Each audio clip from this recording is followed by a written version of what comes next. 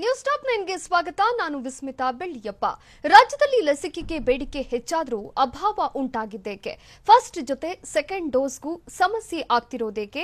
ಲಸಿಕೆಗಾಗಿ ಜನರು ಪರದಾಡ್ತಾ ಇದ್ರು, no problem ಅಂದಿದ್ಯಾರು?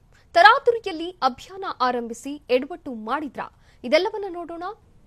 ವ್ಯಾಕ್ಸಿನ್ಗಾಗಿ ಆಸ್ಪತ್ರೆಗೆ ಬಂದವರಿಗೆ ನಾಳೆ ಬಾ ಶಾಕ್ ಎದುರಾಗಿದ್ದೇಕೆ?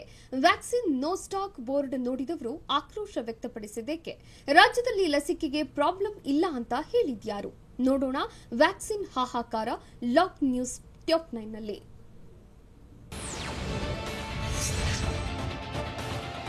ರಾಜ್ಯದಲ್ಲಿ ಒಂದ್ ಕಡೆ ಕೊರೋನಾ ನರ್ತನವಾದ್ರೆ ಮತ್ತೊಂದೆಡೆ ವ್ಯಾಕ್ಸಿನ್ಗಾಗಿ ಆರ್ತನಾದ ಕೇಳಿಬರ್ತಿದೆ. ವ್ಯಾಕ್ಸಿನ್ ಪಡೆಯೋಕೆ ಆಸ್ಪತ್ರೆಗೆ ಬಂದವರಿಗೆ ನಾಳೆ ಬಾ ಶಾಕ್ ಎದುರಾಗ್ತಿದ್ದು, ನೋ ವ್ಯಾಕ್ಸಿನ್ ಬೋರ್ಡ್ ನೋಡಿ ಸರ್ಕಾರದ ವಿರುದ್ಧ ಜನಾಕ್ರೋಶ ವ್ಯಕ್ತವಾಗ್ತಿದೆ. ರಾಜ್ಯದಲ್ಲಿ 18 ವರ್ಷ ಮೇಲ್ಪಟ್ಟವರಿಗೂ ಇಲ್ಲ, ಹಿರಿಯರಿಗೂ ವ್ಯಾಕ್ಸಿನ್ ಸಿಗ್ತಿಲ್ಲ.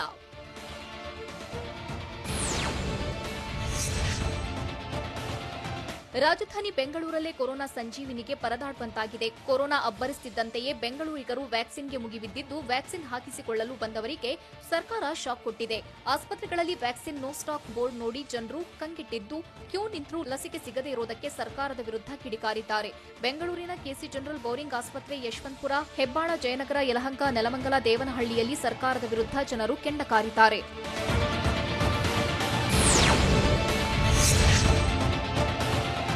ಎಲ್ಲರಿಗೂ ಲಸಿಕೆ ಅಂತ ಸರ್ಕಾರ ಹೇಳಿದ್ದಕ್ಕೆ ಜನರು ಮುಗಿಬಿದ್ದಿದ್ದಾರೆ. ಆದರೆ ಬೆಂಗಳೂರಿನ ಹಲವು ಲಸಿಕಾ ಕೇಂದ್ರಗಳಲ್ಲಿ ವ್ಯಾಕ್ಸಿನ್ ಖಾಲಿಯಾಗಿದೆ. ವ್ಯಾಕ್ಸಿನ್ ಪಡೆಯೋಕೆ ಹೋದ್ರೆ ನಾಳೆ ಬಾ ಬೋರ್ಡ್ ಹಾಕ್ತಿದ್ದು, 18 ವರ್ಷ ಮೇಲ್ಪಟ್ಟವರ ಫಸ್ಟ್ ಡೋಸ್ಗೂ ಕುತ್ತು ಎದುರಾಗಿದೆ. ಅಲ್ಲದೆ 45 ವರ್ಷ ಮೇಲ್ಪಟ್ಟವರ 2ನೇ ಡೋಸ್ಗೂ ಪ್ರಾಬ್ಲಮ್ ಆಗಿದೆ.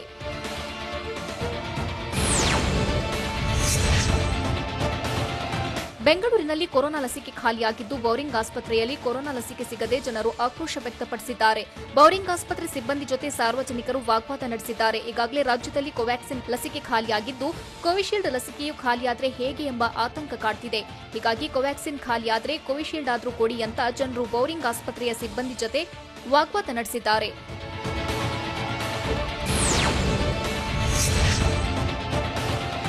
ಬೆಂಗಳೂರಿನ ಬಹುತೇಕ ಎಲ್ಲಾ ಆಸ್ಪತ್ರೆಯಲ್ಲೂ ವ್ಯಾಕ್ಸಿನ್ಗೆ ಹಾಹಾಕಾರ ಉಂಟಾಗಿದೆ. ಪ್ರತಿಷ್ಠಿತ ಸರ್ಕಾರಿ ಆಸ್ಪತ್ರೆಗಳಲ್ಲೂ ಲಸಿಕೆ ಸಿಗದೆ ಜನರು ಕಂಗಾಲಾಗಿದ್ದಾರೆ. ಮಲ್ಲೇಶ್ವರಂನ ಕೆಸಿ ಜನರಲ್ ಆಸ್ಪತ್ರೆಯಲ್ಲಿ ನೋ ಸ್ಟಾಕ್ ಅಂತ ಬೋರ್ಡ್ ಹಾಕಲಾಗಿದೆ. Covishield Covaxin first dose no stock ಅಂತ ಬೋರ್ಡ್ ಹಾಕಿದ್ದು, ಕೆಸಿ ಜನರಲ್ ಆಸ್ಪತ್ರೆಯಲ್ಲಿ ಫಸ್ಟ್ ಡೋಸ್ ಲಭ್ಯವೇ ಇಲ್ಲದಂತಾಗಿದೆ.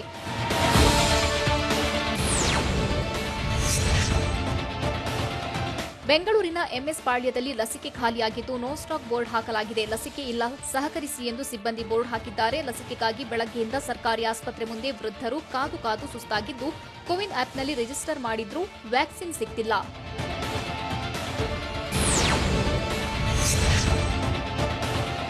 ರಾಜ್ಯದಲ್ಲಿ ಲಸಿಕೆ ಸಿಗದೆ ಜನರು ಪರದಾಡ್ತಿದ್ದಾರೆ. ಆಸ್ಪತ್ರೆಗಳಲ್ಲಿ ನೋ ಸ್ಟಾಕ್ ಅಂತ ಬೋರ್ಡ್ ಕೂಡ ಹಾಕಲಾಗಿದೆ. ಆದರೆ ಡಿಸಿಎಂ ಅಶ್ವಥ್ ನಾರಾಯಣ್ ಮಾತ್ರ ವ್ಯಾಕ್ಸಿನ್ಗೆ ಪ್ರಾಬ್ಲಮ್ ಇಲ್ಲ ಅಂದಿದ್ದಾರೆ. ಬೆಂಗಳೂರಲ್ಲಿ ಮಾತನಾಡಿದವರು, ರಾಜ್ಯದಲ್ಲಿ ಲಸಿಕೆ ಕೊರತೆ ಇಲ್ಲ, ಹಂತ ಹಂತವಾಗಿ ಎಲ್ಲರಿಗೂ ಲಸಿಕೆ ಕೊಡ್ತೇವೆ ಅಂತ ಹೇಳಿದ್ದಾರೆ. 2ನೇ ಡೋಸ್ ಮತ್ತು ಮೊದಲ ಡೋಸ್ನಿಂದ ಸಮಸ್ಯೆ ಆಗ್ತಿದೆ. ಮುಂದಿನ ದಿನಗಳಲ್ಲಿ ಆನ್ಲೈನ್ ಮೂಲಕ ಹೆಸರು ನೋಂದಣಿ ಮಾಡಿಕೊಂಡವರಿಗೆ ಅವಕಾಶ ಮಾಡಿಕೊಡ್ತೇವೆ ಎಂದು ತಿಳಿಸಿದ್ದಾರೆ.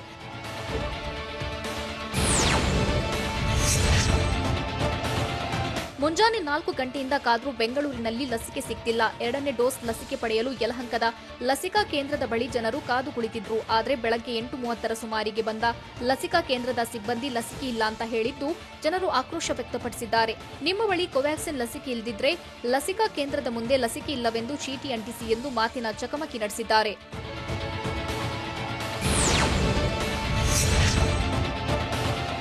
ಲಸಿಕಾ ಕೇಂದ್ರದಲ್ಲಿ ಪೊಲೀಸರೊಂದಿಗೆ ಸಾರ್ವಜನಿಕರು ಮಾತಿನ ಚಕಮಕಿ ನಡೆಸಿದ್ದಾರೆ. ದಾವಣಗೆರೆ ಜಿಲ್ಲಾಸ್ಪತ್ರೆಯ ಆವರಣದಲ್ಲಿರುವ ಲಸಿಕಾ ಕೇಂದ್ರದಲ್ಲಿ ಘಟನೆ ನಡೆದಿದ್ದು, ವಾಗ್ವಾದ ನಡೆಸಿದ್ರು. ಆರೋಗ್ಯ ಇಲಾಖೆ ಒಂದು ಕೇಂದ್ರದಲ್ಲಿ ಕೇವಲ 150 ಜನರಿಗೆ ಮಾತ್ರ ವ್ಯಾಕ್ಸಿನ್ ನೀಡುತ್ತಿದೆ.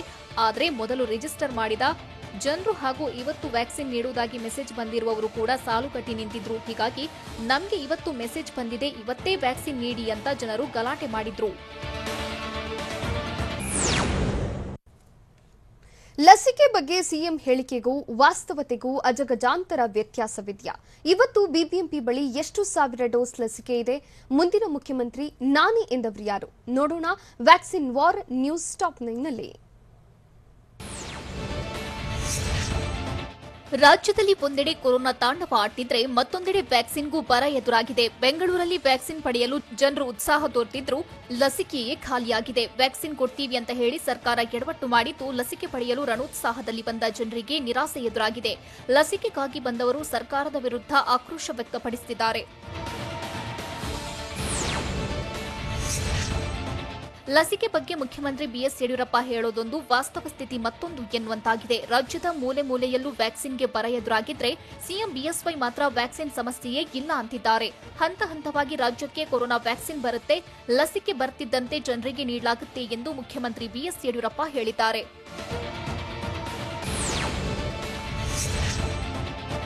ಬೆಂಗಳೂರಿನಲ್ಲಿ ಕೊರೋನಾ ಲಸಿಕೆಗೆ ಕೊರತೆ ಉಂಟಾಗ್ತಿದ್ದಂತೆ ಬಿಬಿಎಂಪಿ ಅಲರ್ಟ್ ಆಗಿದ್ದು, ಲಸಿಕೆ ಬಗ್ಗೆ ಮಾಹಿತಿ ಪಡೆದಿದೆ. ದಾಸಪ್ಪ ಆಸ್ಪತ್ರೆಗೆ ಬಿಬಿಎಂಪಿ ಮುಖ್ಯ ಆಯುಕ್ತ ಗೌರವ್ ಗುಪ್ತಾ ಭೇಟಿ ನೀಡಿ ಪರಿಶೀಲನೆ ನಡೆಸಿದ್ರು. ಬಳಿಕ ಪ್ರತಿಕ್ರಿಯಿಸಿದ ಅವರು, ಕೊರೋನಾ ಲಸಿಕೆ ಸ್ಟೋರ್ ಮಾಡಲು ಸಾಕಷ್ಟು ಸ್ಥಳವಿದೆ, ಆದರೆ ಲಸಿಕೆ ಸಪ್ಲೈ ಕಡಿಮೆಯಾಗಿದೆ. ಹೀಗಾಗಿ ಮೊದಲು ಸೆಕೆಂಡ್ ಡೋಸ್ ನೀಡುತ್ತಿದ್ದೇವೆ ಅಂತ ಹೇಳಿದ್ರು. ಅಲ್ಲದೆ ಸದ್ಯಕ್ಕೆ 40,000 ಡೋಸ್ ಇದ್ದು, ಇದು ಇವತ್ತಿಗಷ್ಟೇ ಆಗುತ್ತೆ ಎಂದು ಆತಂಕ ವ್ಯಕ್ತಪಡಿಸಿದ್ರು. ಬೆಂಗಳೂರಿನಲ್ಲಿ ಕೊರೋನಾ ವ್ಯಾಕ್ಸಿನ್ ಪಡೆಯಲು ಜನರು ಸಾಲುಗಟ್ಟಿ ನಿಲ್ತಿದ್ದಾರೆ. ರಾಜಾಜಿನಗರದ ಇಎಸ್ಐ ಆಸ್ಪತ್ರೆಗೆ ಜನರು ಜಮಾಯಿಸಿದ್ರು. ಬೆಳಗ್ಗೆ 6 ಗಂಟೆಯಿಂದಲೇ ಲಸಿಕೆ ಹಾಕಿಸಿಕೊಳ್ಳಲು ಜನರು ಸಾಲುಗಟ್ಟಿ ನಿಂತಿದ್ರು. ಇಎಸ್ಐ ಆಸ್ಪತ್ರೆಯಲ್ಲಿ ಕೋವಿಶೀಲ್ಡ್ ಲಸಿಕೆ ಮಾತ್ರ ಲಭ್ಯವಿದ್ದು, ಕೋವ್ಯಾಕ್ಸಿನ್ ಲಸಿಕೆ ಇಲ್ಲದಿದ್ರೂ ಆಸ್ಪತ್ರೆ ಬಳಿ ಬಂದು ಜನ ವಾಪಸ್ ಆಗ್ತಿದ್ದಾರೆ. ಪ್ರತಿದಿನ ಕೇವಲ 150 ಜನರಿಗೆ ಮಾತ್ರ ಲಸಿಕೆ ನೀಡಲಾಗ್ತಿದೆ.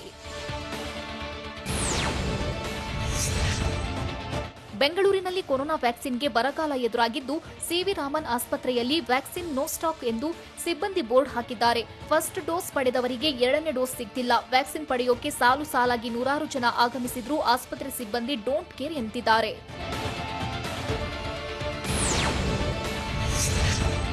ಕೊರೋನಾ ಆರ್ಭಟಕ್ಕೆ ಬೆಚ್ಚಿ ಬಿದ್ದಿರೋ ಬೆಂಗಳೂರಿನ ಜನರು ಲಸಿಕೆ ಪಡೆಯಲು ಮುಗಿಬೀಳ್ತಿದ್ದಾರೆ. ಆದರೆ ಲಸಿಕೆಗೆ ಹಾಹಾಕಾರ ಉಂಟಾಗಿದ್ದು, ಜನರು ಆಕ್ರೋಶ ವ್ಯಕ್ತಪಡಿಸಿದ್ದಾರೆ. ಕೆಸಿ ಜನರಲ್ ಆಸ್ಪತ್ರೆ ಬಳಿ ಯುವತಿ ಗಲಾಟೆ ಮಾಡಿದ್ದು, ಮುಂದಿನ ಮುಖ್ಯಮಂತ್ರಿ ನಾವೇ ಅಂತ ಗೇಟ್ ತಳ್ಳಿ ಆವಾಜ್ ಹಾಕಿದ್ದಾಳೆ.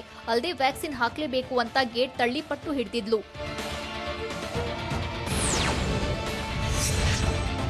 ಬೆಳಗ್ಗೆಯಿಂದ ಕಾದಿದ್ರೂ ಲಸಿಕೆ ಸಿಗದಿದ್ದಕ್ಕೆ ಸರ್ಕಾರದ ವಿರುದ್ಧ ವೃದ್ಧ ದಂಪತಿ ಆಕ್ರೋಶ ವ್ಯಕ್ತಪಡಿಸಿದ್ದಾರೆ. ಹೆಬ್ಬಾಳದಿಂದ ಬೌರಿಂಗ್ ಆಸ್ಪತ್ರೆಗೆ ಬೆಳಗ್ಗೆ 8 ಗಂಟೆಗೆ ಬಂದಿದ್ದ ಲಿಂಗಸ್ವಾಮಿ ದಂಪತಿ ನೂರಾರು ಜನರ ಜೊತೆ ಸರತಿ ಸಾಲಿನಲ್ಲಿ ನಿಂತಿದ್ರು. ಆದರೆ 10 ಗಂಟೆ ಸುಮಾರಿಗೆ ಬಂದ ಸಿಬ್ಬಂದಿ 50 ಜನರಿಗೆ ಟೋಕನ್ ನೀಡಿದ್ದು, ಉಳಿದವರಿಗೆ ಟೋಕನ್ ಇಲ್ಲ ಹೊರಡಿ ಅಂತ ಹೇಳಿದ್ದಾರೆ. ಸರ್ಕಾರ ನೋಡಿದ್ರೆ ಲಸಿಕೆ ಹಾಕಿಸಿಕೊಳ್ಳಿ ಅನ್ನುತ್ತೆ, ಆಸ್ಪತ್ರೆಗಳು ನೋಡಿದ್ರೆ ಲಸಿಕೆ ಇಲ್ಲ ಅನ್ನುತ್ತೆ. ಇಲ್ಲಿದ್ರೆ ನಮಗೆ ಕೊರೋನಾ ಬರೋ ಹಾಗಿದೆ ಅಂತ ಆತಂಕ ವ್ಯಕ್ತಪಡಿಸಿದ್ದಾರೆ. ಬೆಂಗಳೂರಿನ ಖಾಸಗಿ ಆಸ್ಪತ್ರೆಗಳಲ್ಲೂ ವ್ಯಾಕ್ಸಿನ್ ಸಿಗ್ತಲೇ ಇಲ್ಲ. ಕೇಂದ್ರದ ನಿರ್ಧಾರದಿಂದ ಲಸಿಕೆ ಖರೀದಿಗೆ ಆಸ್ಪತ್ರೆಗಳು ಹಿಂದೇಟು ಹಾಕ್ತಿವೆ. ಲಸಿಕೆ ಖರೀದಿ ಕುರಿತು ನಿಯಮ ರೂಪಿಸಿರುವ ಕೇಂದ್ರ ಸರ್ಕಾರ ಲಸಿಕೆ ತಯಾರಕರಿಂದ ವ್ಯಾಕ್ಸಿನ್ ಖರೀದಿಸಲು ಸೂಚನೆ ನೀಡಿದೆ. ಈಗ ಕೇಂದ್ರ ಸರ್ಕಾರದಿಂದ ಲಸಿಕೆಗಳ ಪೂರೈಕೆ ಕಂಪ್ಲೀಟ್ ಬಂದಾಗಿದ್ದು, ಖಾಸಗಿಯವರಿಗೆ ಲಸಿಕೆ ಪೂರೈಸಲು ಹೆಚ್ಚಿನ ದರ ನಿಗದಿಯಾಗಿದೆ. ಹೀಗಾಗಿ ಲಸಿಕೆ ಖರೀದಿಗೆ ಖಾಸಗಿ ಆಸ್ಪತ್ರೆಗಳು ಮುಂದಾಗ್ತಿಲ್ಲ. ಬೆಂಗಳೂರಿನ ಕೆಲ ಪ್ರತಿಷ್ಠಿತ ಖಾಸಗಿ ಆಸ್ಪತ್ರೆಗಳಲ್ಲಿ ಮಾತ್ರ ಲಸಿಕೆ ಲಭ್ಯವಿದೆ. ರಾಜ್ಯಗಳ ವಿರುದ್ಧ ಕೋವ್ಯಾಕ್ಸಿನ್ ಉತ್ಪಾದಕರು ಅಸಮಾಧಾನ ವ್ಯಕ್ತಪಡಿಸಿದ್ದಾರೆ. ನಾವು ಸೂಕ್ತ ರೀತಿಯಲ್ಲಿ ದೇಶದ 18 ರಾಜ್ಯಗಳಿಗೆ ಕೋವ್ಯಾಕ್ಸಿನ್ ಪೂರೈಕೆ ಮಾಡಿದ್ದೇವೆ. ಕೇಂದ್ರ ಸರ್ಕಾರ ಸೂಚಿಸಿದಂತೆ ವ್ಯಾಕ್ಸಿನ್ ಪೂರೈಕೆ ಮಾಡಿದ್ರೂ ಹಲವು ರಾಜ್ಯಗಳು ನಮ್ಮ ವಿರುದ್ಧ ಆರೋಪಿಸುತ್ತಿವೆ ಅಂತ Bharat Biotech co founder Suchitra tweet ಮೂಲಕ ಅಸಮಾಧಾನ ವ್ಯಕ್ತಪಡಿಸಿದ್ದಾರೆ. ಅಲ್ಲದೆ ಕೊರೋನಾದಿಂದ ನಮ್ಮ 50 ಸಿಬ್ಬಂದಿ ಕೆಲಸಕ್ಕೆ ಬರ್ತಿಲ್ಲ, ಆದರೂ ನಾವು ವ್ಯಾಕ್ಸಿನ್ ಪೂರೈಕೆ ಮಾಡ್ತಿದ್ದೇವೆ ಎಂದು ತಿಳಿಸಿದ್ದಾರೆ. ಬೆಂಗಳೂರಿನಲ್ಲಿ ಲಾಕ್ಡೌನ್ ನಿಯಮ ಉಲ್ಲಂಘಿಸಿ ಬಟ್ಟೆ ಖರೀದಿ ಮಾಡಿದ್ದು ಎಲ್ಲಿ? ಶಿವಾಜಿನಗರದ ಮಾರ್ಕೆಟ್ನಲ್ಲಿ ಇವತ್ತು ಪರಿಸ್ಥಿತಿ ಹೇಗಿತ್ತು? ಯಶವಂತಪುರದ ರೈಲ್ವೆ ನಿಲ್ದಾಣದಲ್ಲಿ ಜನಜಂಗುಳಿ ಹೇಗಿತ್ತು? ಇವೆಲ್ಲವನ್ನ ನೋಡೋಣ ಲಾಕ್ಡೌನ್ ಡೇ 3 ನ್ಯೂಸ್ ಟಾಪ್ 9ನಲ್ಲಿ. ತಿಲಕ್ ನಗರದ ಮುಖ್ಯ ರಸ್ತೆಯಲ್ಲಿ ಖರೀದಿ ಭರಾಟೆ ಜೋರಾಗಿತ್ತು. ಅಂಗಡಿಗಳಿಗೆ ದಾಂಗುಡಿ ಇಟ್ಟ ಜನ ಬಟ್ಟೆ ಕೊಳ್ಳಲು ಮುಗಿಬಿದ್ದಿದ್ರು. ಮಾಸ್ಕ್ ಧರಿಸದೆ, ಸಾಮಾಜಿಕ ಅಂತರ ಕಾಪಾಡದೆ ಕೋವಿಡ್ ರೂಲ್ಸ್ ಬ್ರೇಕ್ ಮಾಡಿ ಬೇಜವಾಬ್ದಾರಿ ತೋರಿದ್ರು. ಈ ವೇಳೆ ಕ್ಯಾಮೆರಾ ಕಂಡ ಕೂಡಲೇ ಕೆಲವರು ಅಂಗಡಿಗಳಿಂದ ಕಾಲ್ಕಿದ್ರೆ, ಮತ್ತೆ ಕೆಲವರು ಕ್ಯಾಮೆರಾ ನೋಡಿದ ಬಳಿಕ ಮಾಸ್ಕ್ ಧರಿಸಲು ಮುಂದಾದ್ರು.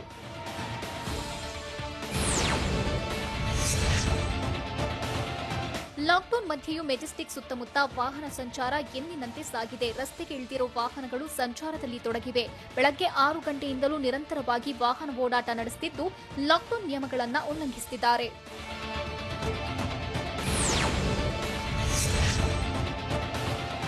ಶಿವಾಜಿನಗರದಲ್ಲಿ ಜನರ ಓಡಾಟ ಯಥಾಸ್ಥಿತಿಯಾಗಿತ್ತು. ಅಗತ್ಯ ವಸ್ತು ಖರೀದಿಗೆ ಮಾರುಕಟ್ಟೆಗೆ ಬಂದ ಜನ ಅಂತರ ಪಾಲಿಸದೆ ಮಾಸ್ಕ್ ಧರಿಸದೆ ಬೇಜವಾಬ್ದಾರಿ ತೋರಿದ್ರು.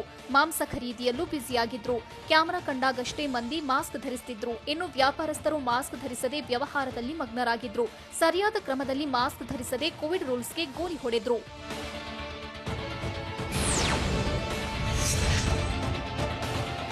ಯಶವಂತಪುರದ ರೈಲ್ವೆ ನಿಲ್ದಾಣದ ಬಳಿ ಪ್ರಯಾಣಿಕರ ದಂಡೇ ನೆರೆದಿತ್ತು. ಬೆಂಗಳೂರು ತೊರೆಯುತ್ತಿರೋ ಜನ ತಮ್ಮ ಊರುಗಳತ್ತ ಪ್ರಯಾಣಿಸಲು ರೈಲ್ವೆ ನಿಲ್ದಾಣದತ್ತ ಆಗಮಿಸಿದ್ರು. ಕುಟುಂಬ ಸಮೇತರಾಗಿ ಆಗಮಿಸಿದ ಮಂದಿ ಹೊರ ಜಿಲ್ಲೆ ಮತ್ತು ಹೊರ ರಾಜ್ಯಕ್ಕೆ ಹೋಗಲು ರೈಲ್ವೆ ನಿಲ್ದಾಣದಲ್ಲಿ ಜಮಾಯಿಸಿದ್ರು.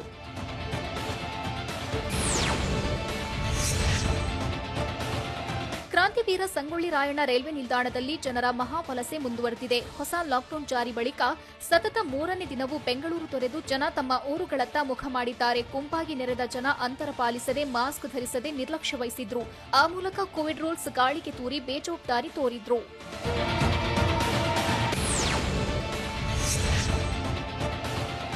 ಯಶವಂತಪುರ ಮಾರ್ಕೆಟ್ನಲ್ಲಿ ಅಗತ್ಯ ವಸ್ತು ಖರೀದಿಸಲು ಜನಜಾತ್ರೆಯೇ ನೆರೆದಿತ್ತು. ತರಕಾರಿ ಹಣ್ಣು ಖರೀದಿಸಲು ಗುಂಪಾಗಿ ಜಮಾಯಿಸಿದ ಜನ ಕೋವಿಡ್ ರೂಲ್ಸ್ ಪಾಲಿಸದೆ ನಿರ್ಲಕ್ಷ್ಯ ವಹಿಸಿದ್ರು. ಈ ವೇಳೆ ವ್ಯಾಪಾರಸ್ಥರು ಕೂಡ ಅಂತರ ಕಾಪಾಡದೆ ವ್ಯವಹಾರದಲ್ಲಿ ತೊಡಗಿದ್ರು. ಇನ್ನು ಅಂಗಡಿ ಮುಂಗಟ್ಟುಗಳ ಎದುರು ಜನರ ಖರೀದಿ ಭರಾಟೆ ಜೋರಾಗಿತ್ತು. ಆದರೆ ಕೊರೋನಾ ರೂಲ್ಸ್ ಪಾಲಿಸಿ ಅಂತ ಹೇಳಲು ಯಾವ ಅಧಿಕಾರಿಗಳು ಮಾರುಕಟ್ಟೆಯಲ್ಲಿ ಇರಲಿಲ್ಲ.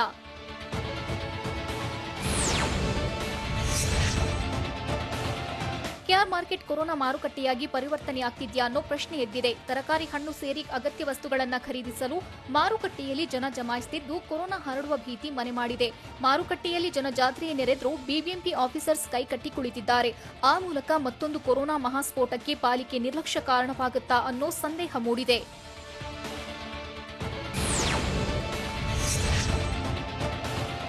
ಕೆಆರ್ ಮಾರುಕಟ್ಟೆ ಸ್ಥಳಾಂತರಿಸಿ ಜನಸಂದಣಿ ನಿಯಂತ್ರಿಸಲು ಬಿಬಿಎಂಪಿ ಮಾಡಿದ್ದ ಪ್ಲಾನ್ಗೆ ಬೆಂಗಳೂರು ನಗರ ಶಾಸಕರೇ ಅಡ್ಡಗಾಲಾಗಿದ್ದಾರೆ ಎನ್ನಲಾಗಿದೆ.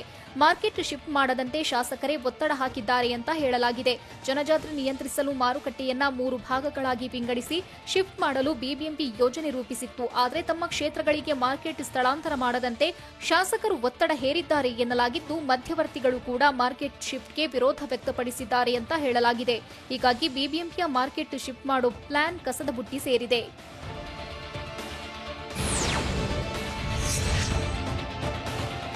ಕೆಆರ್ ಮಾರ್ಕೆಟ್ ಸ್ಥಳಾಂತರವಾಗದ ಕಾರಣದಿಂದಾಗಿ ನಿತ್ಯ ನೂರಾರು ಜನ ಜಮಾಯಿಸುತ್ತಿದ್ದು ಕೊರೋನಾ ಹಬ್ ಆಗಿ ಮಾರ್ಪಟ್ಟಿದೆ.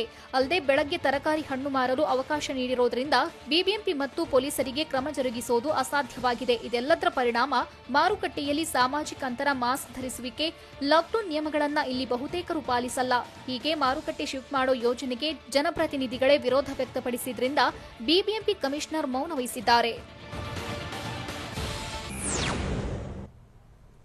ಲಾಕ್ಡೌನ್ ಉಲ್ಲಂಘಿಸಿ ರಸ್ತೆಗಿಳಿದವರ ಬೈಕ್ಗಳು ಇವತ್ತು ಯಾವ್ಯಾವ ಊರಿನಲ್ಲಿ ಸೀಸ್ ಆದವು? ಬೆಂಗಳೂರು, ಕೋಲಾರದಲ್ಲಿ ಜನರು ವಸ್ತುಗಳ ಖರೀದಿಗೆ ಮುಗಿಬಿದ್ದಿದ್ದು ಹೇಗೆ? ಲಾಕ್ಡೌನ್ನಿಂದ ಬೆಂಗಳೂರು ವ್ಯಾಪಾರಿಗಳು ಸಂಕಷ್ಟಕ್ಕೆ ಸಿಲುಕಿರೋದು ಹೇಗೆ? ನೋಡೋಣ ಕರುನಾಡಿಗೆ ಬೀಗ ನ್ಯೂಸ್ ಟಾಪ್ 9ನಲ್ಲಿ.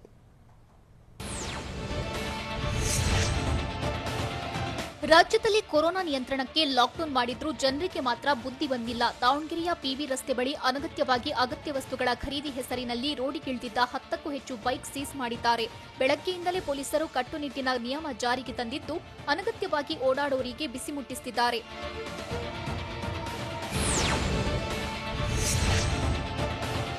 ಕಲಬುರಗಿಯಲ್ಲಿ ರೂಲ್ಸ್ ಬ್ರೇಕ್ ಮಾಡಿದವರಿಗೆ ಪೊಲೀಸರು ಬಿಸಿ ಮುಟ್ಟಿಸುತ್ತಿದ್ದಾರೆ. ಬೆಳಗ್ಗೆಯಿಂದಲೇ ನಗರದಲ್ಲಿ ಅಖಾಡಕ್ಕಿಳಿದಿರೋ ಪೊಲೀಸರು ಪ್ರತಿಯೊಂದು ವಾಹನಗಳನ್ನು ಪರಿಶೀಲನೆ ಮಾಡುತ್ತಿದ್ದಾರೆ. ನಗರದ ಅನೇಕ ಕಡೆ ಕಾರ್ಯಾಚರಣೆ ನಡೆಸುತ್ತಿದ್ದು ಬೇಕಾಬಿಟ್ಟಿಯಾಗಿ ಓಡಾಡ್ತಿರೋ ವಾಹನಗಳನ್ನು ಸೀಸ್ ಮಾಡುತ್ತಿದ್ದಾರೆ.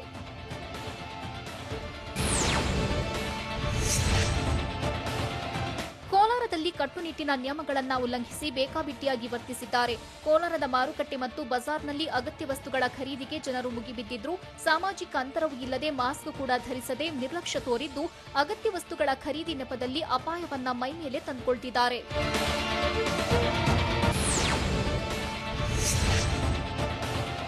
ಬೆಂಗಳೂರಿನ ಎಂಎಸ್ ಪಾಳ್ಯದ ಮಾರುಕಟ್ಟೆಯಲ್ಲಿ ಗ್ರಾಹಕರಿಂದಲೇ ತುಂಬಿತ್ತು.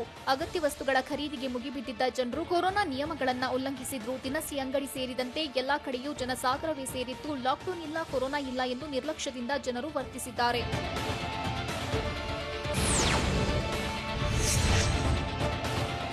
ಕೊರೋನಾ ನಿಯಂತ್ರಣಕ್ಕೆ ರಾಜ್ಯ ಸರ್ಕಾರದ ಕಠಿಣ ನಿಯಮಗಳಿಂದ ಮೈಸೂರಿನ ಬಹುತೇಕ ಮಾರುಕಟ್ಟೆಗಳು ಖಾಲಿಯಾಗಿತ್ತು. ನಿನ್ನೆ ತಮ್ಮ ಏರಿಯಾಗಳಿಂದ ಮಾರುಕಟ್ಟೆಗಳಿಗೆ ಬಂದಿದ್ದ ಜನರ ವಾಹನಗಳನ್ನ ಪೊಲೀಸರು ಸೀಸ್ ಮಾಡಿದ್ರು. ಪೊಲೀಸರು ಬಿಸಿ ಮುಟ್ಟಿಸುತ್ತಿದ್ದಂತೆ ಎಚ್ಚೆತ್ತುಕೊಂಡಿರೋ ಜನರು ಇಂದು ಹೆಚ್ಚಿನ ಸಂಖ್ಯೆಯಲ್ಲಿ ಮಾರುಕಟ್ಟೆಯತ್ತ ಸುಳಿದಿರಲಿಲ್ಲ. ಹೀಗಾಗಿ ಮೈಸೂರಿನ ಸಂತೆಪೇಟೆ ಸೇರಿ ಬಹುತೇಕ ಮಾರುಕಟ್ಟೆ ಖಾಲಿಯಾಗಿದ್ವು.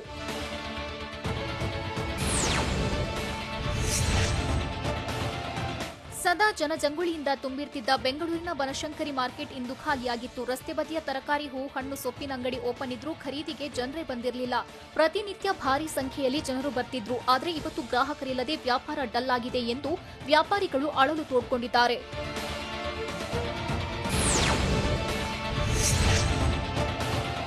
ಕೊರೋನಾ ಹೊಡೆತಕ್ಕೆ ಎಷ್ಟೋ ಜನರ ಜೀವನ ಅಯೋಮಯವಾಗಿದೆ. ಇದೇ ರೀತಿ ಬೆಂಗಳೂರಿನ ತಿಲಕ್ ನಗರದಲ್ಲಿ ವ್ಯಾಪಾರಿಯೊಬ್ಬರು ಅಳಲು ತೋಡಿಕೊಂಡಿದ್ದು, 2 ಬಾರಿ ಲಾಕ್ಡೌನ್ನಿಂದ ಬೀದಿಗೆ ಬಂದಿದ್ದೇನೆ ಅಂತ ಹೇಳಿದ್ದಾರೆ. ದುಡ್ಡಿರುವವರಿಗೆ ಮಾತ್ರ ಹಬ್ಬವಾಗಿದೆ, ನಮ್ಮಂತೋರಿಗಲ್ಲ ಎಂದು ವ್ಯಾಪಾರಿ ಅಜ್ಮತ್ ಹೇಳಿದ್ದಾರೆ. ಕಳೆದ ವರ್ಷ ಬಟ್ಟೆ ವ್ಯಾಪಾರದ ವೇಳೆ ಸರ್ಕಾರ ಲಾಕ್ಡೌನ್ ಮಾಡಿತು. ಹೀಗಾಗಿ ವ್ಯಾಪಾರ ಇಲ್ಲ ಅಂತ ನಿಲ್ಲಿಸಿ ತರಕಾರಿ ವ್ಯಾಪಾರ ಮಾಡೋಕೆ ಬಂದೆ. ಈಗ ಆ ವ್ಯಾಪಾರವು ಸರಿಯಾಗಿ ನಡೆಯದೆ ಮನೆ ಬಾಡಿಗೆ ಕಟ್ಟಲು ಆಗ್ತಿಲ್ಲ ಅಂತ ಅಜ್ಮತ್ ತಿಳಿಸಿದ್ದಾರೆ.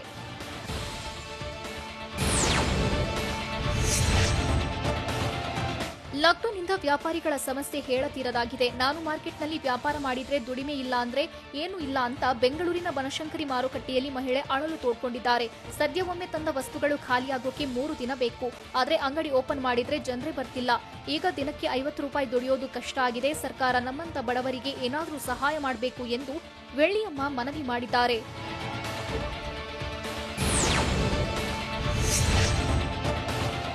ಕೊರೋನಾ ನಿಯಂತ್ರಣಕ್ಕಾಗಿ ಜನಜಂಗುಳಿ ತಡೆಯಲು ಚಿತ್ರದುರ್ಗ ನಗರಸಭೆ ಜಯದೇವ ಕ್ರೀಡಾಂಗಣದಲ್ಲಿ ತಾತ್ಕಾಲಿಕ ಮಾರುಕಟ್ಟೆ ನಿರ್ಮಾಣ ಮಾಡಿದೆ. ಆದರೆ ತಾತ್ಕಾಲಿಕ ಮಾರುಕಟ್ಟೆ ಅವ್ಯವಸ್ಥೆಯ ಆಗರವಾಗಿದ್ದು ವ್ಯಾಪಾರಿಗಳು ಪರದಾಡುವಂತಾಗಿದೆ. ಬೆಳಗ್ಗೆ ಸುರಿದ ಮಳೆಯಿಂದ ಜಯದೇವ ಕ್ರೀಡಾಂಗಣ ಜಲಾವೃತವಾಗಿತ್ತು.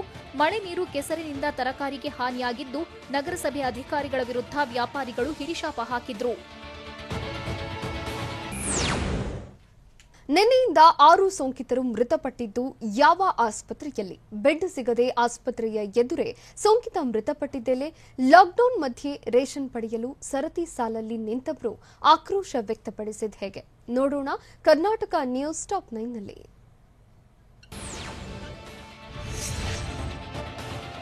ಕೊಪ್ಪಳ ಜಿಲ್ಲಾಸ್ಪತ್ರೆಯಲ್ಲಿ ನಿನ್ನೆ ರಾತ್ರಿಯಿಂದ 6 ಜನ ಕೊರೋನಾ ಸೋಂಕಿತರು ಅಸುನೀಗಿದ್ದಾರೆ. ಆಸ್ಪತ್ರೆಯಲ್ಲಿ ಸಮರ್ಪಕ ಆಕ್ಸಿಜನ್ ಇದ್ರೂ ಸಾವಿನ ಸಂಖ್ಯೆ ಏರ್ತಲೇ ಸಾಗಿದ್ದು ಸಂಬಂಧಿಕರನ್ನ ಕೊರೋನಾ ಕಂಗಾಲಾಗಿಸಿದೆ. ಆದರೆ ಬೆಡ್ ಮತ್ತು ಸಮರ್ಪಕ ವೆಂಟಿಲೇಟರ್ ಕೊರತೆಯಿಂದ ಸೋಂಕಿತರು ಅಸುನೀಗಿದ್ದಾರೆ ಅಂತ ಕುಟುಂಬಸ್ಥರು ಆರೋಪಿಸಿದ್ದಾರೆ.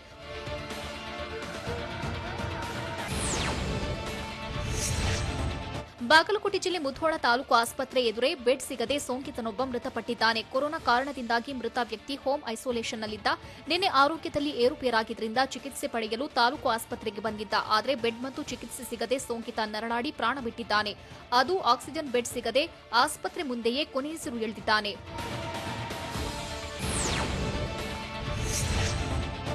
ವಿಜಯನಗರ ಜಿಲ್ಲೆಯ ಕೂಡ್ಲಿಗಿ ತಾಲೂಕು ವ್ಯಾಪ್ತಿಯ ಗ್ರಾಮಗಳಲ್ಲಿ ಕೊರೋನಾ ಅಟ್ಟಹಾಸ ಮೆರೆಯುತ್ತಿದೆ. ಅದರಲ್ಲೂ ಚಿಕ್ಕ ಜೋಗಿಹಳ್ಳಿ ತಾಂಡಾದಲ್ಲೇ 60 ಜನರಿಗೆ ಸೋಂಕಿರುವುದು ದೃಢಪಟ್ಟಿದೆ. ಅಲ್ಲದೆ ಗೋವಿಂದಗಿರಿ ತಾಂಡಾದಲ್ಲಿ 30 ಮಂದಿಗೆ, ಶ್ರೀಕಂಠಪುರ ತಾಂಡಾದಲ್ಲಿ ಮತ್ತೆ 30 ಜನರಲ್ಲಿ ಪಾಸಿಟಿವ್ ಇರೋದು ಪತ್ತೆಯಾಗಿದೆ. ಬಂಡೆ ಬಸಾಪುರ ತಾಂಡಾದಲ್ಲಿ 20 ಜನರಿಗೆ ಕೊರೋನಾ ವಕ್ಕರಿಸಿದೆ. ಬೆಂಗಳೂರು ಗ್ರಾಮಾಂತರ ಜಿಲ್ಲೆ ದಾಸರಹಳ್ಳಿ ಬಳಿಯ ಮಲ್ಲಸಂದ್ರದಲ್ಲಿ ಪಡಿತರ ಪಡೆಯಲು ಜನ ಜಮಾಯಿಸಿದ್ರು. ಲಾಕ್ಡೌನ್ ಮತ್ತು ಕೊರೋನಾ 2ನೇ ಅಲೆ ಮಧ್ಯೆ ಅಂತರ ಪಾಲಿಸದೆ ನಿರ್ಲಕ್ಷ್ಯ ವಹಿಸಿದ್ರು. ಸರತಿಯಲ್ಲಿ ಕೆಲವರು ಅಂತರ ಕಾಪಾಡಿದ್ರೆ ಮತ್ತೆ ಕೆಲವರು ಬೇಜವಾಬ್ದಾರಿ ತೋರಿದ್ರು. ಈ ವೇಳೆ ಸಾಲುಗಟ್ಟಿ ನಿಂತ ಜನ ಪಡಿತರ ಪಡೆದ್ರು. ಕೂಲಿಯೂ ಇಲ್ಲ, ಪಡಿತರನೂ ಸಿಕ್ಕಿಲ್ಲ ಅಂದ್ರೆ ಹೊಟ್ಟೆ ತುಂಬಿಸಿಕೊಳ್ಳೋದು ಹೇಗೆ ಅಂತ ಅಸಹಾಯಕತೆ ವ್ಯಕ್ತಪಡಿಸಿದ್ರು.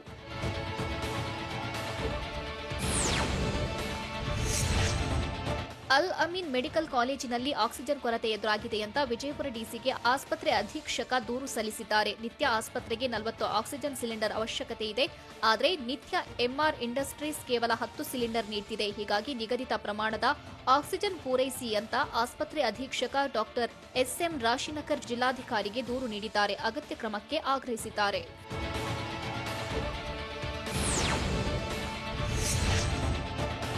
ಕಲಬುರಗಿ ನಗರದಲ್ಲಿ ಲಾಕ್ಡೌನ್ ರೂಲ್ಸ್ಗೆ ಜನರು ನಿರ್ಲಕ್ಷ್ಯ ತೋರಿದ್ದಾರೆ. ನಗರದ ಅನೇಕ ಕಡೆ ತರಕಾರಿ ಖರೀದಿ ಫುಲ್ ಜೋರಾಗಿತ್ತು. ಕೊರೋನಾ ಲೆಕ್ಕಿಸದೆ ಲಾಕ್ಡೌನ್ ನಿಯಮಗಳನ್ನು ಗಾಳಿಗೆ ತೂರಿ ತರಕಾರಿ ಖರೀದಿ ಮಾಡಿದ್ರು. ಕಲಬುರಗಿ ನಗರದ ಶಾ ಬಜಾರ್ ರಸ್ತೆ ಬದಿ ಫುಲ್ ರಶ್ ಆಗಿತ್ತು. ದೈಹಿಕ ಅಂತರ ಮರೆತು ವ್ಯಾಪಾರ ಮತ್ತು ಖರೀದಿ ಮಾಡಿದ್ದಾರೆ.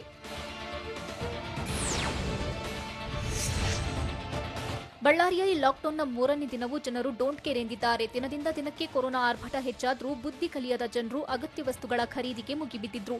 ಬಳ್ಳಾರಿ ನಗರದ ಬೆಂಗಳೂರು ರಸ್ತೆ ಮಾರುಕಟ್ಟೆಯಲ್ಲಿ ಜನಜಾತ್ರೆಯೇ ಸೇರಿತ್ತು. ಸಾಮಾಜಿಕ ಅಂತರ ಕಾಪಾಡದೆ ಅಗತ್ಯ ವಸ್ತುಗಳನ್ನು ಖರೀದಿಸೋದ್ರಲ್ಲಿ ಮಗ್ನರಾಗಿದ್ರು.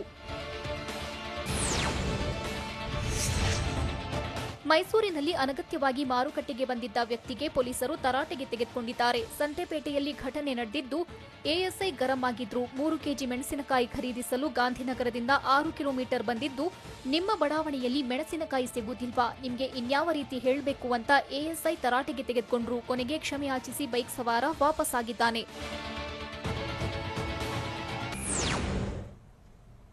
ದೇಶದಲ್ಲಿ ಕಳೆದ 24 ಗಂಟೆಗಳಲ್ಲಿ ಎಷ್ಟು ಲಕ್ಷ ಕೇಸ್ ದಾಖಲಾಗಿದೆ? ದೇಶದ ಶೇಕಡಾ 90ರಷ್ಟು ಜಿಲ್ಲೆಗಳಲ್ಲಿ ಕೊರೋನಾ ಅಬ್ಬರ ಹೇಗಿದೆ? ಸೋಂಕನ್ನು ಕಂಟ್ರೋಲ್ ಮಾಡಿರೋ ಮುಂಬೈ ಮಾದರಿಗೆ ಕೇಂದ್ರ ಹೇಳಿದ್ದೇನು? ನೋಡೋಣ ನ್ಯಾಷನಲ್ ನ್ಯೂಸ್ ಟಾಪ್ 9ನಲ್ಲಿ. ದೇಶದಲ್ಲಿ ಕಳೆದ 24 ಗಂಟೆ ಅವಧಿಯಲ್ಲಿ 3,48,339 ಹೊಸ ಕೊರೋನಾ ಕೇಸ್ ಪತ್ತೆಯಾಗಿವೆ. ಕಳೆದ 24 ಗಂಟೆ ಅವಧಿಯಲ್ಲಿ 4,198 ಮಂದಿ ಕೊರೋನಾದಿಂದ ಸಾವನ್ನಪ್ಪಿದ್ದಾರೆ. ದೇಶದಲ್ಲಿ ಹೊಸ ಕೊರೋನಾ ಕೇಸ್ಗಳಿಗಿಂತ ಕೊರೋನಾದಿಂದ ಗುಣಮುಖರಾದವರ ಸಂಖ್ಯೆ ಹೆಚ್ಚಾಗಿದೆ. ಕಳೆದ 24 ಗಂಟೆ ಅವಧಿಯಲ್ಲಿ ದೇಶದಲ್ಲಿ 3,55,257 ಮಂದಿ ಕೊರೋನಾದಿಂದ ಗುಣಮುಖರಾಗಿದ್ದಾರೆ. ಕೊರೋನಾ ಕೂಪದಲ್ಲಿ ಸಿಲುಕಿರೋ ದೇಶದ ಜನತೆಗೆ ಕೊನೆಗೂ ಗುಡ್ ನ್ಯೂಸ್ ಸಿಕ್ಕಿದೆ. ದೇಶದಲ್ಲಿ ಕಳೆದ 2 ದಿನಗಳಲ್ಲಿ ಕೊರೋನಾ ಕೇಸ್ಗಳಲ್ಲಿ ಇಳಿಕೆ ಕಂಡುಬಂದಿದೆ. ನಿತ್ಯ 4 ಲಕ್ಷದ ಗಡಿ ದಾಟ್ತಿದ್ದ ಕೊರೋನಾ ಕೇಸ್ಗಳು ಈಗ 3.5 ಲಕ್ಷದ ಆಸುಪಾಸಿನಲ್ಲಿವೆ. ಇದಕ್ಕೆ ಮಹಾರಾಷ್ಟ್ರ, ದೆಹಲಿ, ಉತ್ತರ ಪ್ರದೇಶ, ಛತ್ತೀಸ್ಗಢ, ಕರ್ನಾಟಕದಲ್ಲಿ ಕೊರೋನಾ ಕೇಸ್ಗಳ ಇಳಿಕೆಯೇ ಮುಖ್ಯ ಕಾರಣ.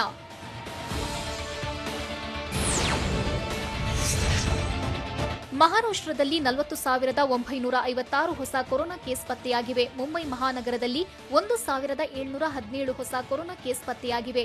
ಮಹಾರಾಷ್ಟ್ರ ರಾಜ್ಯದಲ್ಲಿ ಕಳೆದ 2 ದಿನಗಳಿಂದ ಕೊರೋನಾ ಕೇಸ್ ಇಳಿಮುಖವಾಗ್ತಿರುವುದು ಜನರು ನೆಮ್ಮದಿಯ ನಿಟ್ಟುಸಿರು ಬಿಡುವಂತಾಗಿದೆ.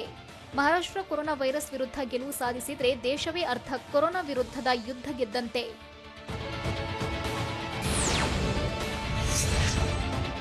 ದೇಶದ ಶೇಕಡ 90ರಷ್ಟು ಜಿಲ್ಲೆಗಳಲ್ಲಿ ಕೊರೋನಾ ಟೆಸ್ಟಿಂಗ್ ಪಾಸಿಟಿವಿಟಿ ದರವು ಶೇಕಡ 5ಕ್ಕಿಂತ ಹೆಚ್ಚಾಗಿದೆ ಎಂದು ಕೇಂದ್ರದ ಆರೋಗ್ಯ ಇಲಾಖೆ ಹೇಳಿದೆ. ದೇಶದಲ್ಲಿರುವ 734 ಜಿಲ್ಲೆಗಳ ಪೈಕಿ 640 ಜಿಲ್ಲೆಗಳಲ್ಲಿ ಶೇಕಡ 5ಕ್ಕಿಂತ ಹೆಚ್ಚಿನ ಟೆಸ್ಟಿಂಗ್ ಪಾಸಿಟಿವಿಟಿ ದರ ಇದೆ. ಹಿಮಾಚಲ ಪ್ರದೇಶ, ನಾಗಾಲ್ಯಾಂಡ್ ರಾಜ್ಯಗಳಲ್ಲೂ ಕೊರೋನಾ ಕೇಸ್ ಹೆಚ್ಚಳವಾಗ್ತಿದೆ. ಹೀಗಾಗಿ ಕೊರೋನಾ ಹರಡುವ ಚೈನ್ ಬ್ರೇಕ್ ಮಾಡಬೇಕೆಂದು ಕೇಂದ್ರದ ಆರೋಗ್ಯ ಇಲಾಖೆಯ ಜಂಟಿ ಕಾರ್ಯದರ್ಶಿ ಲವ್ ಅಗರ್ವಾಲ್ ಹೇಳಿದ್ದಾರೆ. ಕೊರೋನಾ ನಿಯಂತ್ರಣದಲ್ಲಿ ಮುಂಬೈ ಮಾದರಿ ಕ್ರಮಗಳನ್ನು ಕೇಂದ್ರ ಸರ್ಕಾರ ಶ್ಲಾಘಿಸಿದೆ. ಬೃಹತ್ ಮುಂಬೈ ಪಾಲಿಕೆಯು ತೆಗೆದುಕೊಂಡ ಕ್ರಮಗಳಿಂದ ಈಗ ಮುಂಬೈನಲ್ಲಿ ಕೊರೋನಾ ನಿಯಂತ್ರಣಕ್ಕೆ ಬಂದಿದೆ. ಮುಂಬೈನಲ್ಲಿ ಕೊರೋನಾ ಬಗ್ಗೆ ಜನರ ಭಯ ಹೋಗಲಾಡಿಸಿ ವಿಕೇಂದ್ರೀಕರಣ ತತ್ವವನ್ನು ಅಳವಡಿಸಿಕೊಳ್ಳಲಾಗಿದೆ. ವಾರ್ಡ್ ಮಟ್ಟದಲ್ಲಿ ವಾರ್ ರೂಮ್ ಸ್ಥಾಪಿಸಿ ಆರೋಗ್ಯ ಮೂಲಸೌಕರ್ಯ ಅಭಿವೃದ್ಧಿಪಡಿಸಿದ್ದು ಕೊರೋನಾ ನಿಯಂತ್ರಣಕ್ಕೆ ಬರಲು ಕಾರಣ ಎಂದು ಕೇಂದ್ರದ ಆರೋಗ್ಯ ಇಲಾಖೆ ಹೇಳಿದೆ. ತೆಲಂಗಾಣದಲ್ಲಿ ಇಂದಿನಿಂದ 10 ದಿನಗಳ ಕಾಲ ಲಾಕ್ಡೌನ್ ಜಾರಿಗೊಳಿಸಲಾಗಿದೆ. Telangana CM K. ಚಂದ್ರಶೇಖರ್ ರಾವ್ ಅಧ್ಯಕ್ಷತೆಯಲ್ಲಿ ನಡೆದ ಸಭೆಯಲ್ಲಿ ಈ ತೀರ್ಮಾನ ಕೈಗೊಳ್ಳಲಾಗಿದೆ. ಕೊರೋನಾ ನಿಯಂತ್ರಣಕ್ಕಾಗಿ ತೆಲಂಗಾಣ ಕೂಡ ಬೇರೆ ರಾಜ್ಯಗಳಂತೆ ಲಾಕ್ಡೌನ್ ಮೊರೆ ಹೋಗಿದೆ.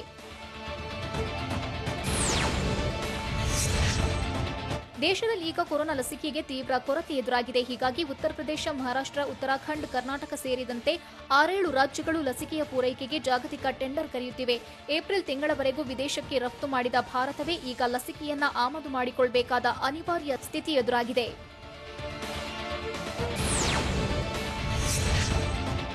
ಮೇ 1ರಿಂದ ಹೈದರಾಬಾದ್ನ ಭಾರತ್ ಬಯೋಟೆಕ್ ಕಂಪನಿ ನೇರವಾಗಿ 18 ರಾಜ್ಯ ಸರ್ಕಾರಗಳಿಗೆ ಕೋವ್ಯಾಕ್ಸಿನ್ ಲಸಿಕೆ ಪೂರೈಸಿದೆ.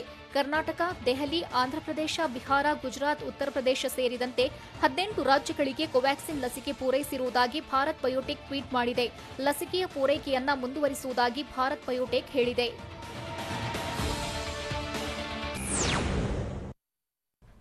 ಐಪಿಎಲ್ ಮುಂದುವರಿದ ಭಾಗದಲ್ಲಿ ಇಂಗ್ಲೆಂಡ್ ಆಟಗಾರರು ಅಲಭ್ಯರಾಗಿರುವುದೇಕೆ? ನಾಯಕತ್ವಕ್ಕಾಗಿ ಧವನ್, ಪಾಂಡ್ಯ ನಡುವೆ ಪೈಪೋಟಿ ನಡೀತಿದೆಯಾ? ಕೊರೋನಾದಿಂದ ಸಂಕಷ್ಟದಲ್ಲಿರೋರಿಗೆ ಅನುಷ್ಕಾ ಶರ್ಮಾ ನೆರವು ನೀಡ್ತಿರೋದು ಹೇಗೆ? ನೋಡೋಣ ಎಂಟರ್ಟೈನ್ಮೆಂಟ್ ನ್ಯೂಸ್ ಟಾಪ್ 9ನಲ್ಲಿ. ಕೊರೋನಾದಿಂದ ಐಪಿಎಲ್ ಅರ್ಧಕ್ಕೆ ಮೊಟಕುಗೊಂಡಿದೆ. ಇನ್ನುಳಿದ ಪಂದ್ಯಗಳನ್ನು ಸೆಪ್ಟೆಂಬರ್ನಲ್ಲಿ ನಡೆಸಲು ಬಿಸಿಸಿಐ ಪ್ಲಾನ್ ಮಾಡ್ತಿದೆ. ಆದರೆ ಬಾಕಿ ಪಂದ್ಯಗಳಿಗೆ ಇಂಗ್ಲೆಂಡ್ ಆಟಗಾರರು ಅಲಭ್ಯರಾಗೋ ಸಾಧ್ಯತೆ ಇದೆ. ಇಂಗ್ಲೆಂಡ್ ಆಟಗಾರರು ಬಿಡುವಿಲ್ಲದ ವೇಳಾಪಟ್ಟಿಯಿಂದ ಬ್ಯುಸಿಯಾಗಿದ್ದಾರೆ. ಹೀಗಾಗಿ ಇಂಗ್ಲಿಷ್ ಆಟಗಾರರು ಐಪಿಎಲ್ನಿಂದ ದೂರ ಉಳಿಯಲಿದ್ದಾರೆ.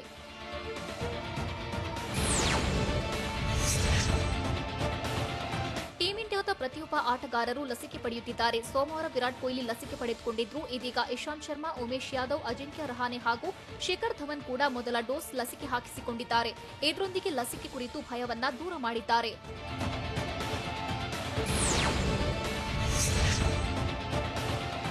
ಜುಲೈನಲ್ಲಿ ಭಾರತ ಶ್ರೀಲಂಕಾ ನಡುವಿನ ಟಿ20 ಮತ್ತು ಏಕದಿನ ಸರಣಿ ನಡೆಯಲಿದೆ. ಕೊಹ್ಲಿ ರೋಹಿತ್ ಅಲಭ್ಯತೆಯಲ್ಲಿ ಸರಣಿ ನಡೆಯಲಿದ್ದು, ನಾಯಕತ್ವಕ್ಕೆ ಶಿಖರ್ ಧವನ್ ಹಾಗೂ ಹಾರ್ದಿಕ್ ಪಾಂಡ್ಯ ನಡುವೆ ಫೈಟ್ ನಡೆದಿದೆ.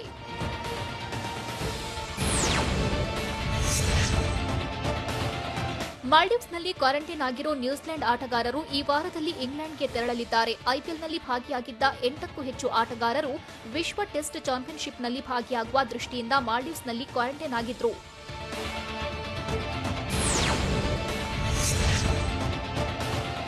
ಚೆನ್ನೈ ಸೂಪರ್ ಕಿಂಗ್ಸ್ ತಂಡದ ಬ್ಯಾಟಿಂಗ್ ಕೋಚ್ ಮೈಕ್ ಹಸ್ಸಿಗೆ ಮತ್ತೆ ಕೊರೋನಾ ಪಾಸಿಟಿವ್ ರಿಪೋರ್ಟ್ ಬಂದಿದೆ. ಕಳೆದ ವಾರ ನಡೆಸಿದ ಪರೀಕ್ಷೆಯಲ್ಲಿ ಹಸ್ಸಿ ನೆಗೆಟಿವ್ ವರದಿ ಬಂದಿತ್ತು. ಆದರೆ 3ನೇ ಪರೀಕ್ಷೆಯಲ್ಲಿ ಮತ್ತೆ ಪಾಸಿಟಿವ್ ಬಂದಿದೆ. ಹೀಗಾಗಿ ಹಸ್ಸಿ ಚೆನ್ನೈನಲ್ಲೇ ಕ್ವಾರಂಟೈನ್ ಆಗಿದ್ದಾರೆ.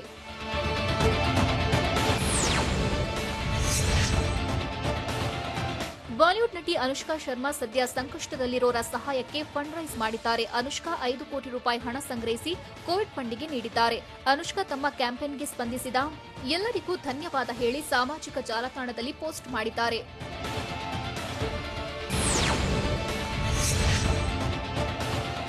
ಶಕ್ತಿಮಾನ್ ಹಾಗೂ ಮಹಾಭಾರತ ಖ್ಯಾತಿಯ ಮುಖೇಶ್ ಕೋವಿಡ್ನಿಂದ ಮೃತಪಟ್ಟಿದ್ದಾರೆ ಅಂತ ಸಾಮಾಜಿಕ ಜಾಲತಾಣಗಳಲ್ಲಿ ಸುದ್ದಿಯಾಗಿತ್ತು. ಆದ್ರೀಗ ಆ ಸುದ್ದಿ ಅಲ್ಲಗಳೆದು ನಟ ಮುಖೇಶ್ ಸ್ಪಷ್ಟನೆ ನೀಡಿದ್ದಾರೆ. ನಾನು ಆರೋಗ್ಯವಾಗಿದ್ದೇನೆ, ಯಾವುದೇ ಆಸ್ಪತ್ರೆಗೆ ದಾಖಲಾಗಿಲ್ಲ ಅಂತ ಸಾಮಾಜಿಕ ಜಾಲತಾಣದಲ್ಲಿ ಹಬ್ಬಿದ್ದ ವದಂತಿಗೆ ಸ್ಪಷ್ಟನೆ ನೀಡಿದ್ದಾರೆ.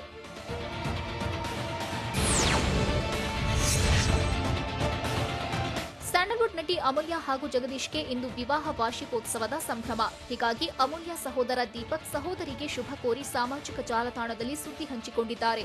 ಕೊರೋನಾ ಎಲ್ಲ ಸಂಭ್ರಮಕ್ಕೂ ಬ್ರೇಕ್ ಹಾಕಿದ್ದು ಸದ್ಯ ಸಿಂಪಲ್ ಆಗಿ ಸೆಲೆಬ್ರೇಟ್ ಮಾಡಲಿದೆ ಜೋಡಿ.